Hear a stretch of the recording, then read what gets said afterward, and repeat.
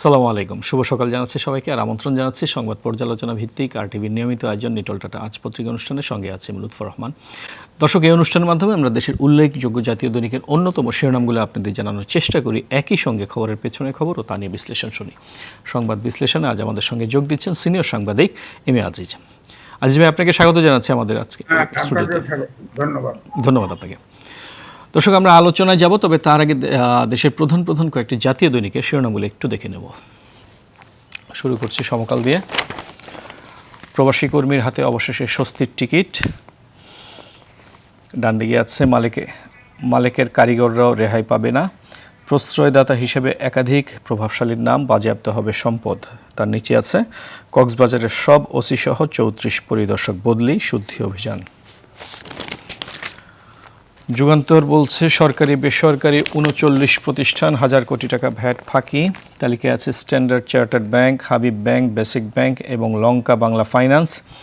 নিরীক্ষা কার্যক্রম চলমান, আরও মোটা অঙ্কের ভ্যাট ফাঁকি উদ্ঘাটিত হবে বলছেন ভ্যাট গোয়েন্দা মহাপরিচালক। ডান দিকে আছে জলবায়ু পরিবর্তনের বিরূপ প্রভাব, জাতিসংঘে 5 প্রস্তাব প্রধানমন্ত্রীর। পেছনে আছে করোনা মোকাবেলায় অর্থ মন্ত্রণালয়ের প্রতিবেদন, ব্যয় 1,30,000 কোটি টাকা। হাইলাইটসে বলা আছে 20 প্যাকেজে খরচ হচ্ছে 17,000 কোটি টাকা। ভ্যাকসিনের জন্য বরাদ্দ 10,000 কোটি টাকা, সুদের ভর্তুকি 2,000 কোটি টাকা।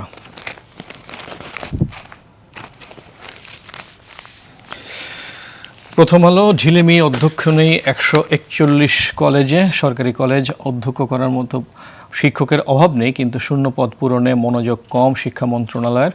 শিক্ষা ও প্রশাসনিক কাজ ব্যাহত। ডান দিকে আছে জাতিসংঘে বাংলাদেশ, সেই বজ্রকণ্ঠে আহ্বান চাই। এটি একটি মন্তব্য কলাম আবুল মোনেমের লেখা। নিচে আছে ফাঁকি বন্ধে আঙুলের ছাপে সরকারি চাল, সরকারি কর্মসূচি। ইউএনও রাকিবের উদ্ভাবনী প্রচেষ্টার ফসল OMS দেবিদ্বার, যেখানে উপকারভোগীর আঙুলের ছাপ মিললেই কেবল চাল পাওয়া যায়। কালের কণ্ঠ, ডাকের ডিজিট ডাকাতি। হাইলাইটসে বলা আছে ডাক বিভাগের 541 কোটি টাকার প্রকল্পে ব্যাপক অনিয়ম দুর্নীতি, 160 কোটি টাকা হাওয়া। 380 কোটি 65 লাখ টাকার হিসাব আছে কেনা সরঞ্জাম অব্যবহৃত, কাগজে থাকলেও বাস্তবে নেই। অনেক টেন্ডার তুলে নেওয়া হয়েছে বরাদ্দের টাকা। তদন্ত প্রতিবেদনের দায়ী করা হয়েছে ডাক বিভাগের মহাপরিচালক সুধাংশু শেখর ভদ্রকে। নিচে আছে আপোষ সভায় অবস্থান টলেছে খালেদার। অনেকের মতে এতে খালেদা জিয়ার আপোষহীন ভাবমূর্তি ক্ষতিগ্রস্ত হওয়ার পাশাপাশি বিএনপি কিছুটা রাজনৈতিক ক্ষতি হয়েছে। ডান দিকে আছে ফেরাতেই হচ্ছে বাংলাদেশের পাসপোর্টধারী রোহিঙ্গাদের। ইত্তেফাক বলছে শান্তিপূর্ণ ক্ষমতা হস্তান্তরে নারাজ ট্রাম্প। নিচে আছে স্বাস্থ্য অধিদপ্তরের দুর্নীতি, নিয়োগ বাণিজ্যের 80% নিয়ন্ত্রণ করতেন মালেক। সবচেয়ে নিচে আছে সাভারের মূর্তিমান আতঙ্ক, মিজান ও তার সহযোগীরা, স্কুল ছাত্রী হত্যা। তার ডান দিকে আছে ইসির কর্মকর্তা কর্মচারীরা গোয়েন্দা নজরদারিতে। NID জালিয়াতি নিয়ে ডিজির ব্রিফিং, দেশব্যাপী সাঁড়াশি অভিযানের ঘোষণা। দেশোপান্তর, HSCর সম্ভাবনা ক্ষীণ, সিদ্ধান্ত নেবেন প্রধানমন্ত্রী। 11 শিক্ষা বোর্ড চেয়ারম্যানের বৈঠক, 15 দিন সময় পেলেই HSC পরীক্ষা নিতে প্রস্তুত বোর্ডগুলো। নভেম্বরে স্কুল খুললে ডিসেম্বরে বার্ষিক পরীক্ষা, নইলে প্রমোশন। শিক্ষার্থী অভিভাবকরা উদ্বিগ্ন। ডান দিকে আছে পদ্মার সেতুর রেল লিঙ্ক প্রকল্প, সময় লাগবে আরও 8 বছর। 2021 সালে সেতুর রেল সংযোগ খুলে দেওয়া হবে বলছেন রেলমন্ত্রী। ফাস্ট ট্র্যাক তালিকা থেকে বাদ পড়তে যাচ্ছে 2 প্রকল্প। 2000 ঘুমধুম পর্যন্ত সিঙ্গেল লাইন প্রকল্পে লাগবে অতিরিক্ত 5 বছর। সবশেষে the daily star, onion self sufficiency possible but not so soon, official say as government targets rise in production, cultivation coverage, seed crisis big hurdle. নিচে আছে situation now worse than during peak in March, EU urges new measures to head off coronavirus second wave, Trump says may block stricter FDA guidelines for vaccine. Aziz ভাই, শুনলেন আপনি সবগুলো পত্রিকা শিরোনাম। আমরা আজকে শুরু করি সমকালের লিড নিউজটি দিয়ে। প্রবাসী কর্মীর হাতে অবশেষে স্বস্তির টিকিট, এটার সঙ্গে আমরা একটু জুড়ে দিতে চাই যেটা কালের কণ্ঠ বলছে যে ফেরাতেই হচ্ছে বাংলাদেশের পাসপোর্টধারী রোহিঙ্গাদের। আমরা জানি যে সৌদি কর্তৃপক্ষ একটি শর্ত জুড়িয়ে দিয়েছিল এবং আমাদের পররাষ্ট্রমন্ত্রী সেটা বলেছেন যে বাংলাদেশের দীর্ঘদিন ধরে বাংলাদেশের পাসপোর্ট নিয়ে যেসব রোহিঙ্গা সে দেশে চলে গেছে এবং তারা নানা অপরাধে জড়িয়ে পড়ে জেলে আছে, তাদেরকে বাংলাদেশ হিসাবে তারা এখন ট্রিট করছে এবং বলছে যে এদেরকে ফেরত না নিলে বাংলাদেশের প্রবাসী কর্মীদের ফেরাতে সমস্যা হতে পারে। এই ধরনের একটা কথা আমরা শুনেছি। দুটোকে মিলিয়ে যদি আজকে আলোচনাটা শুরু করেন আপনি। প্রথমে আমাদের যে প্রবাসীরা যাওয়ার ব্যাপারে আসলে তো বড় ধরনের জটিলতা তৈরি হয়েছে এবং কালকের থেকে টিকিট দেওয়া শুরু হয়েছে। সৌদি আরবের এয়ারলাইন্সের সংখ্যাও বাড়িয়েছে, বাংলাদেশও বাড়াবে এবং আমার মনে হয় এই সমস্যাটা সমাধান হবে এবং আগামার সময়ও বাড়িয়েছে।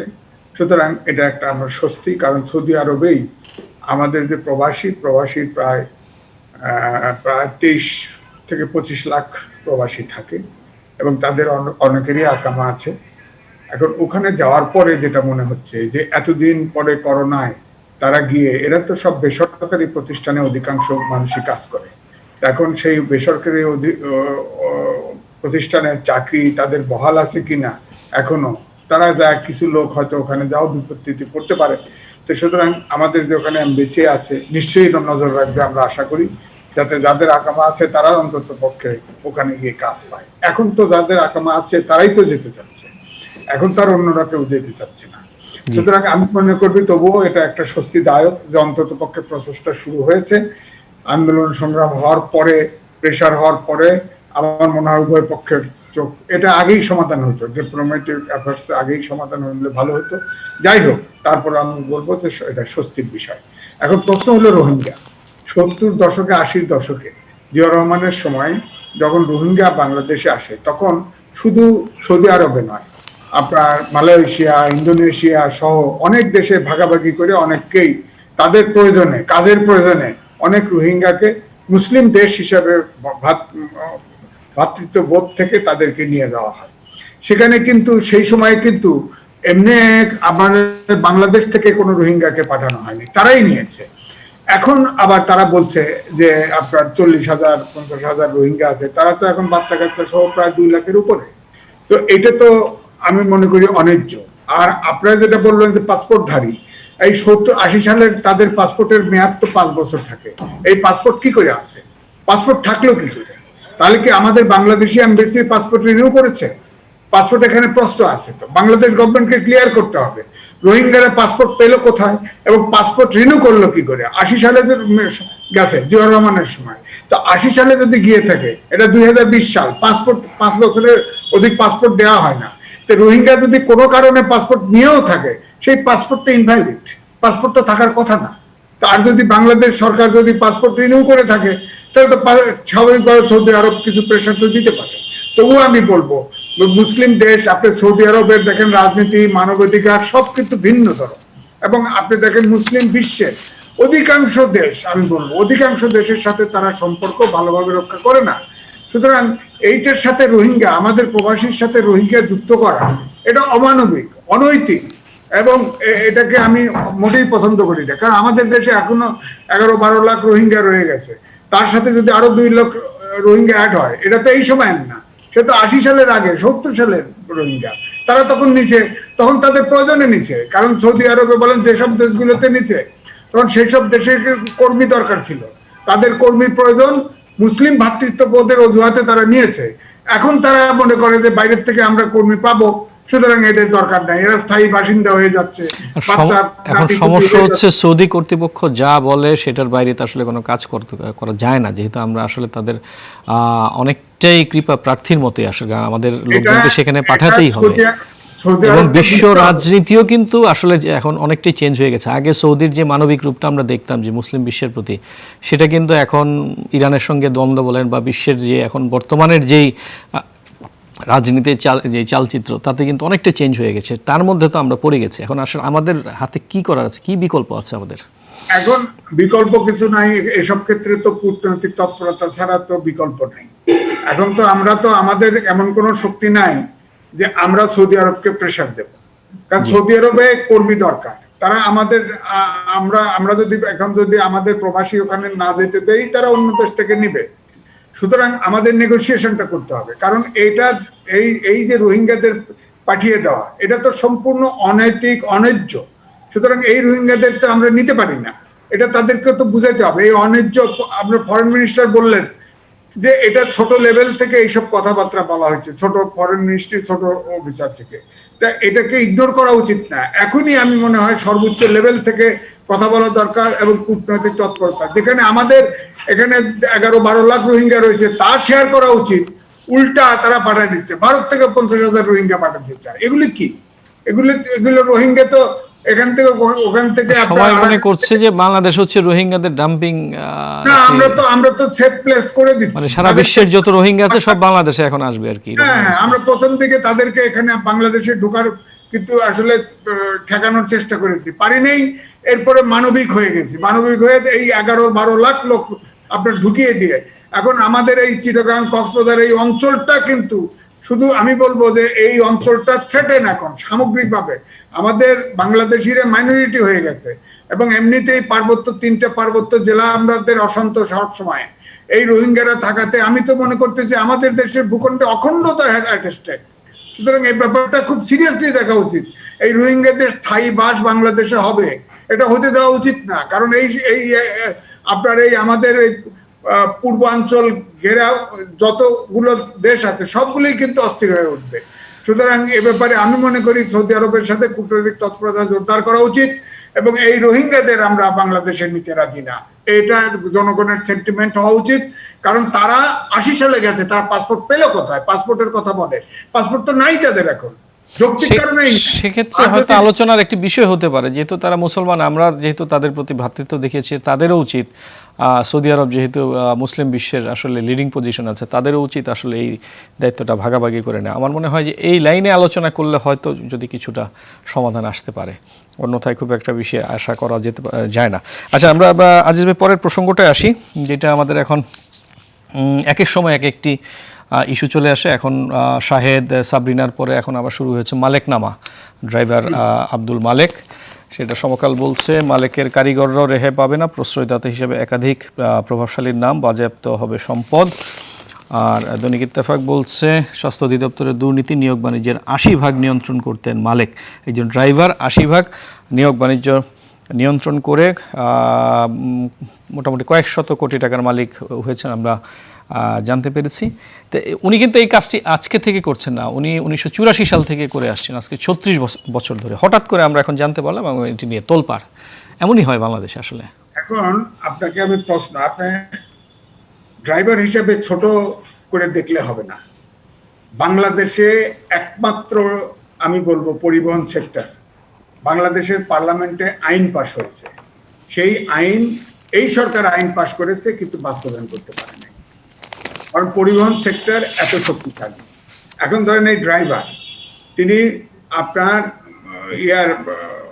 স্বাস্থ্য অধিদপ্তরের প্রধানের গাড়ি চালাতেন, এবং তিনি ড্রাইভার অ্যাসোসিয়েশনের ওইটার ড্রাইভার অ্যাসোসিয়েশনের প্রেসিডেন্টও ছিলেন, এবং তিনি প্রভাবিত করে বহু লোকের চাকরি দিয়েছেন, বহু লোকের ব্যবসা দিয়েছেন, ইত্যাদি ইত্যাদি। তো তিনি তো ওই মিঠু, আফজাল, তমা এদের মতোই ভিন্নভাবে স্বাস্থ্য অধিদপ্তরকে কিন্তু সবাইকে বিভিন্নভাবে আপনার হয় কিনে ফেলেছে, না হলে প্রেসার দিয়ে তার পক্ষে নিয়ে, মানে একটা চেইন, একটি চক্রের অংশ মালিক। এই যে আপনি যে নামগুলি বললেন, না তার নিজস্ব চক্র। আচ্ছা, একটা চক্র আছে, ধরেন মিঠু, তমা, আফজাল, এরা যে একটা চক্র, তারা হলো বিভিন্ন হসপিটালে সরঞ্জাম সাপ্লাই দিত, এই যে মাস্ক টাস্ক এগুলি সাপ্লাই দিতে গিয়ে কেলেঙ্কারি করেছে। এটা হলো একটা চক্র।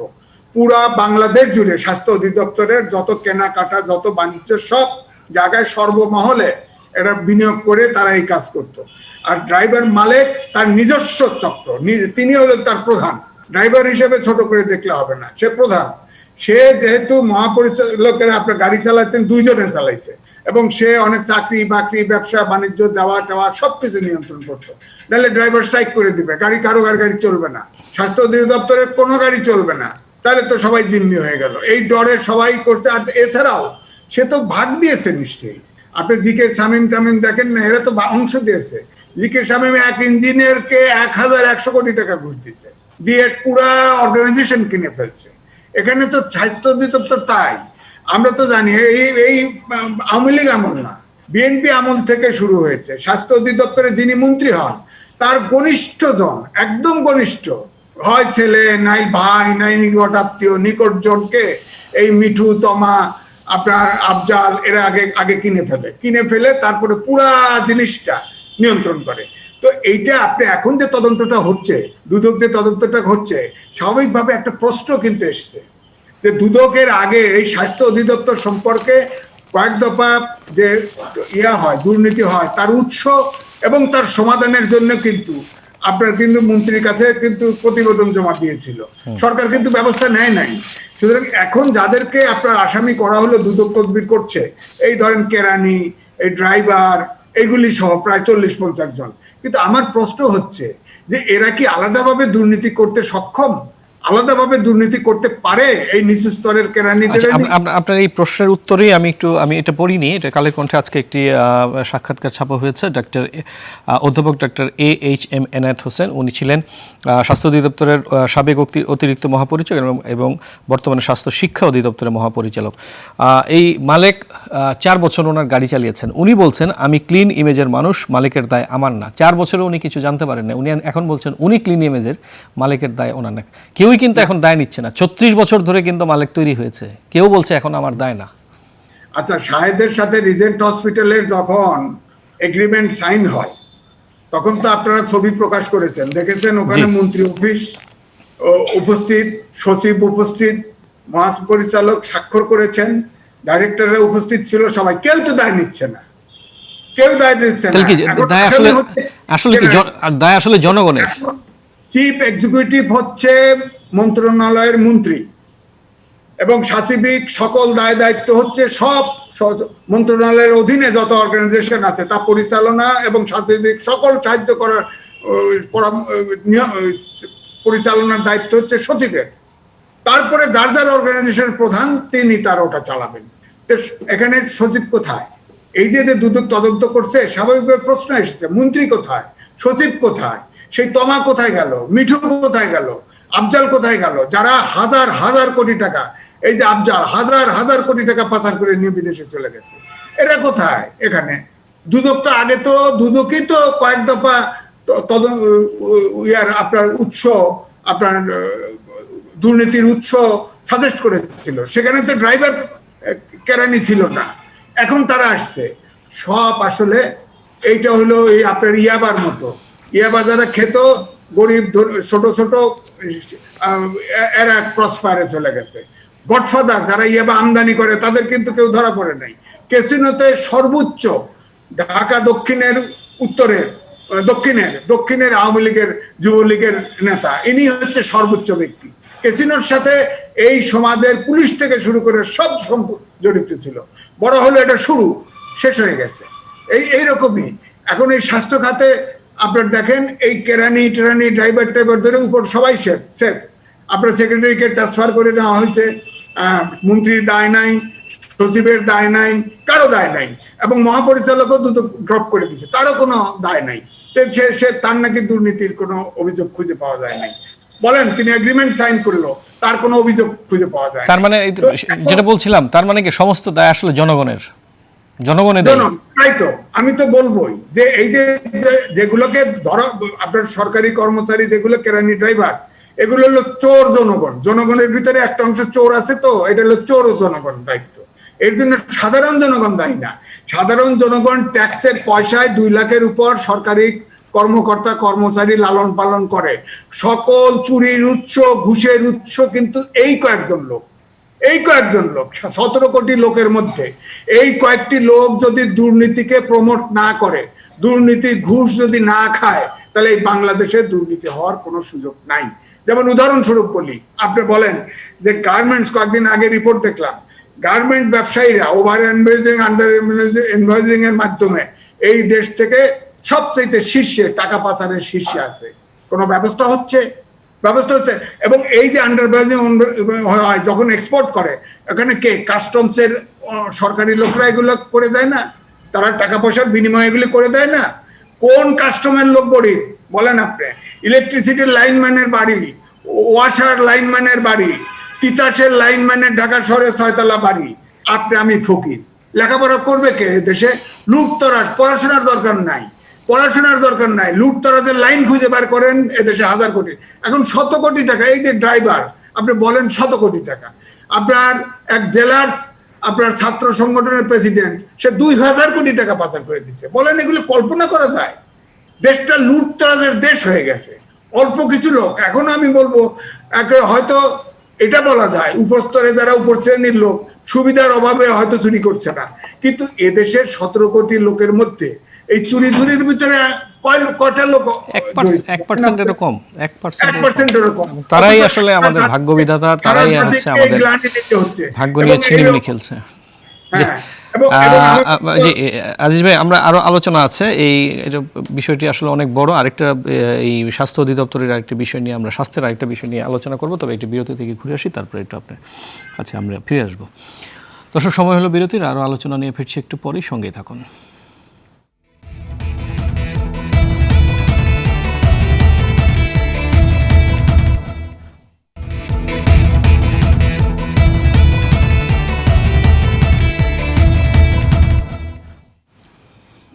দর্শক, বিরতির পর আবারও স্বাগত জানাচ্ছি আমাদের নিয়মিত আয়োজন নিটল টাটা আজ পত্রিক অনুষ্ঠানে সংবাদ বিশ্লেষণে। আমাদের সঙ্গে আছেন আজকে সিনিয়র সাংবাদিক এম এ আজিজ।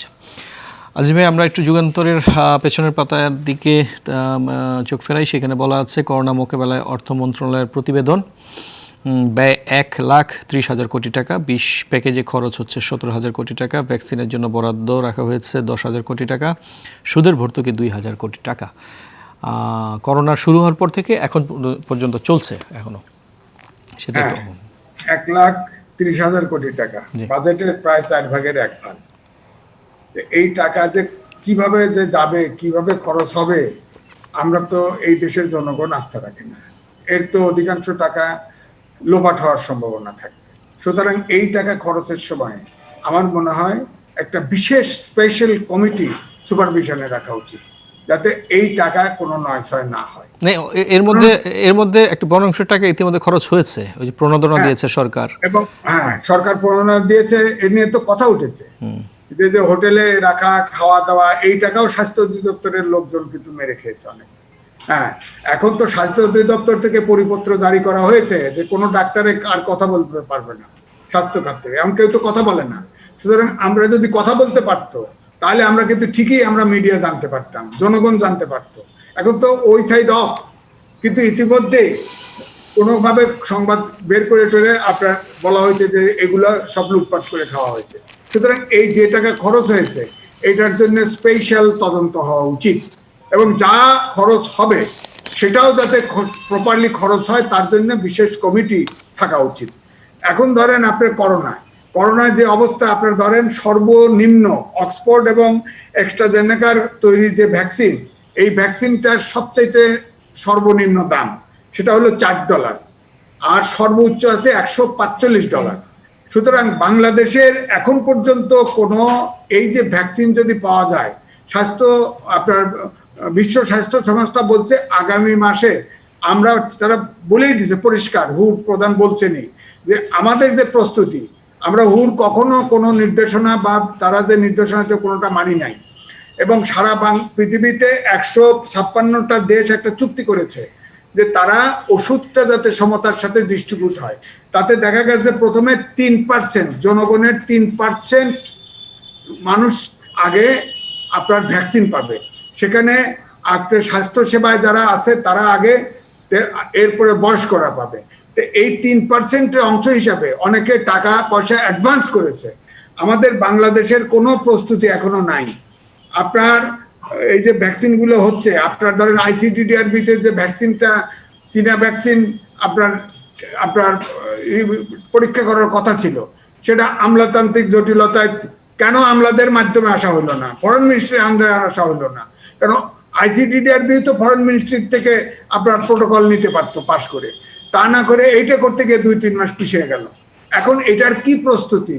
এখন এটা জাহিরি না বাতনি, কেউ কিছু জানে না। বলা হচ্ছে এই বিভিন্ন হসপিটালের ডাক্তার এদেরকে দিয়ে করানো হবে।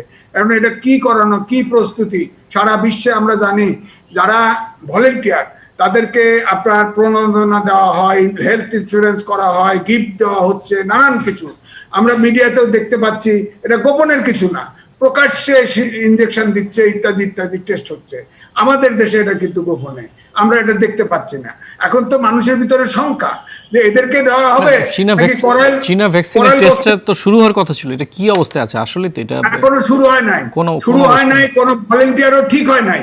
মুখে বলা হয়েছে যে এই অমক অমক হসপিটালের এই সবদেরকে তো করা হবে, তো এটা তো হলো না। নাকি ফাইনালি দেখা যাবে যে করাইল মসজিদ থেকে 500 টাকা 1000 টাকা দিয়ে দিয়ে লোকজন নিয়ে আপনার টেস্ট করার জন্য নামায় দেওয়া হবে। এগুলো তো এই জন্য অবিশ্বাসটা, স্বাস্থ্য খাতের উপরে অবিশ্বাসটা চরমে পৌঁছে গেছে।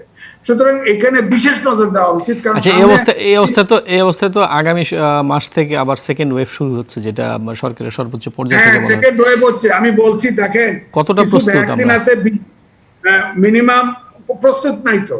আপনার ধরেন এটার জন্য যে প্রস্তুতি, আপনার জাতীয় কারিগরি পরামর্শ কমিটি যে পরামর্শ দিয়েছে, সেই পরামর্শে কিন্তু সেই পুরানো কথা বলছে, টেস্ট অমক সমক যেগুলো আমরা করি নাই, সেইগুলিই বলছে। সেগুলো কি এখন সম্ভব না। এখন আমাদের একমাত্র উপায় হলো বাংলাদেশে করোনা রোধে একমাত্র উপায় হচ্ছে যার যার জীবন তার বাঁচানো, অর্থাৎ স্বাস্থ্যবিধি। সেটা তো অনেকদিন ধরে হয়ে আসছে। হ্যাঁ, তাছাড়াও কোনো রাস্তা খোলা নাই। আপনি একটু উদাহরণ দেই, আপনি শোনেন যে আপনার অত্যাধুনিক RNA পদ্ধতিতে উদ্ভাবিত যে ভ্যাকসিনগুলি, এগুলো -60 ডিগ্রিতে সংরক্ষণ করতে হবে। বাংলাদেশে কোনো সংরক্ষণের ব্যবস্থা এখন নাই। আপনার আর কিছু আছে -20 ডিগ্রিতে আপনার সংরক্ষণ করতে হবে। সুতরাং ভ্যাকসিন যদি পান, এই ভ্যাকসিন সংরক্ষণের ব্যবস্থাটাই তো বাংলাদেশ এখনো করতে পারে নাই। যদি পানও, এবং বিশ্ব স্বাস্থ্য সংস্থা বলছে যে বাংলাদেশ নাকি সবচেয়ে পরে ভ্যাকসিন পাওয়ার সম্ভাবনা, অর্থাৎ তারা বলছে সামনের বছরের মাঝামাঝি ভ্যাকসিন পাওয়া যাবে, এবং সেক্ষেত্রে বাংলাদেশ একটু পিছিয়ে থাকবে, কারণ তাদের কোনো কিছুতে প্রস্তুতি নাই। প্রস্তুতিটা তো জানাইতে হবে, প্রস্তুতি তো নাই। আগ্রহ তো আছে নাকি? না তাও না, আগ্রহটাও নাই নাকি? আগ্রহ আছে না, এটা পলিটিক্যালি আছে।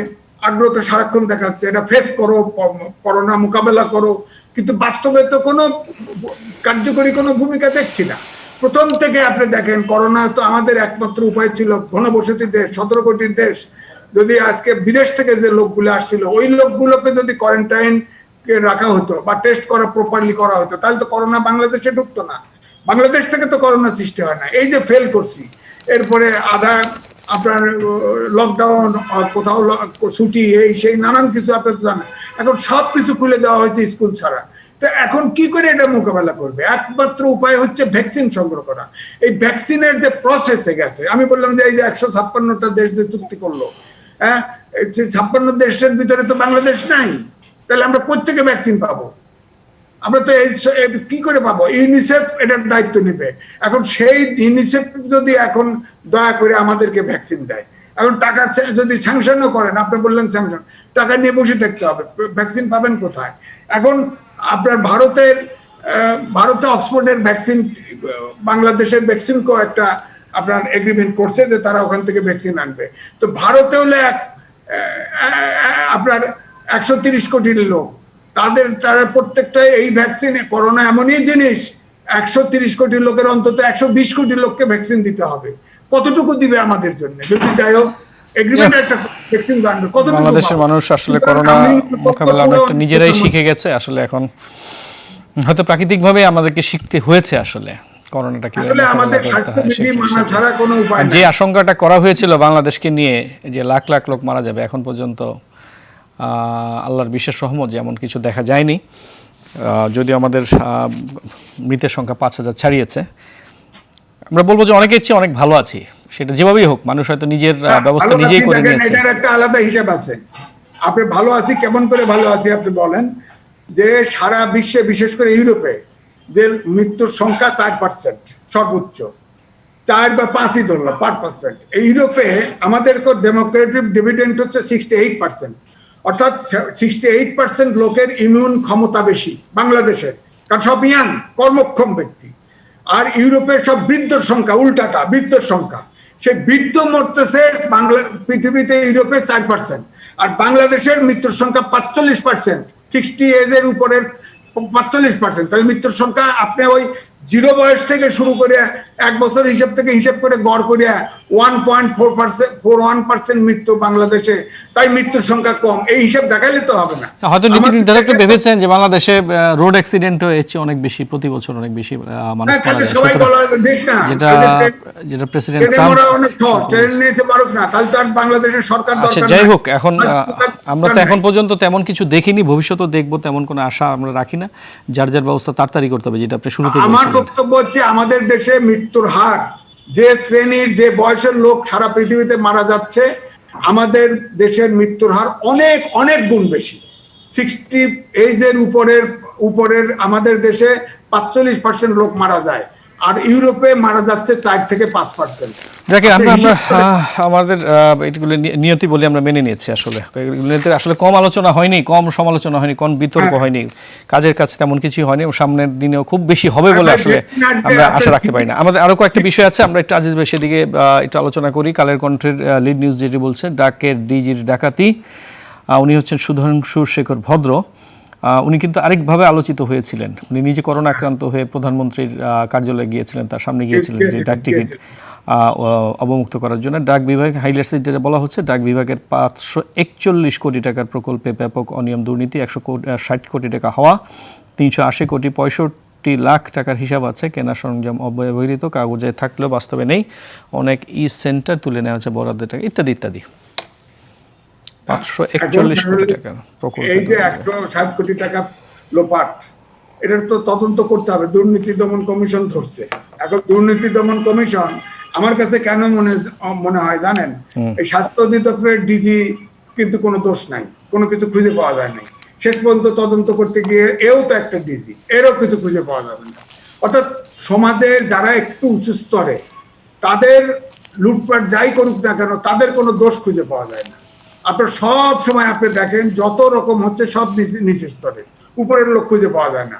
আর সবগুলো তদন্তে আপনি দেখেন, যদি রাজনৈতিকভাবে সরকারি দল বা সরকারি দলের কাছাকাছি লোক হয়, এগুলোর দোষ খুঁজে পাওয়া যায় কম, কিন্তু বিরোধী দলের কোনো কিছু হইলে দোষ পাওয়া যায়। এইরকম আপনি একটা উদাহরণ দিতে পারবেন না যে বিরোধী দলের সরকারি দলের বড় বড় কোনটা আপনার হ্যাঁ অনেকে ডাকছে, দুদক অফিসে ঘুরছে। এই তো আপনার আবুল কালাম আজাদ, স্বাস্থ্য অধিদপ্তরের ডিজি, উনিও তো দুদকে ডাকছেন, দুদকে ডেকে প্রমাণিত হয়ে গেছে সে কোনো দোষ করে নাই। হ্যাঁ, সচিব ছিলেন, তাকে বদলি করে দিয়েছে, তাকে তো ডাকাই হয় নাই, মন্ত্রীকে ডাকাই হয় নাই। এই ডিজিকে, ডাক বিভাগের ডিজি লুটপাট করছে, শেয়ার দিয়ে খাইছে, নিশ্চয়ই শেয়ার টেয়ার পাইছে সব জায়গায়। আপনি দেখবেন ফাইনালি হয়তো দেখা যাবে যে একে দোষ খুঁজে পাওয়া যায় নাই, আর দোষ কিছু খুঁজে পাওয়া গেলেও এটা চাপা পড়ে যাবে, এটা সমাধান হবে না। এই কারণেই দেশে দুর্নীতি কিন্তু দমন হচ্ছে না, কারণ দুর্নীতিতে যারা দুর্নীতির যে উচ্চ স্থলে হাত দেওয়া হচ্ছে না। এই প্রকল্প যে আপনি বললেন, প্রকল্পটা অনুমোদন করলো কারা? প্রকল্পটা তো মিনিস্ট্রি অনুমোদন করেছে, এটা একটাকে অনুমোদন হয়েছে, তো এখানে তো সবাই ইনভলভ, দেখুক না দেখুক অনুমোদন দিয়েছে না, তা আপনি এক ডিজিকে দায়ী করছেন কেন? আমি যদি প্রশ্ন করি আপনাকে, উনি তো সবাই কিন্তু ভাগভুগ দিয়েই খাইছে।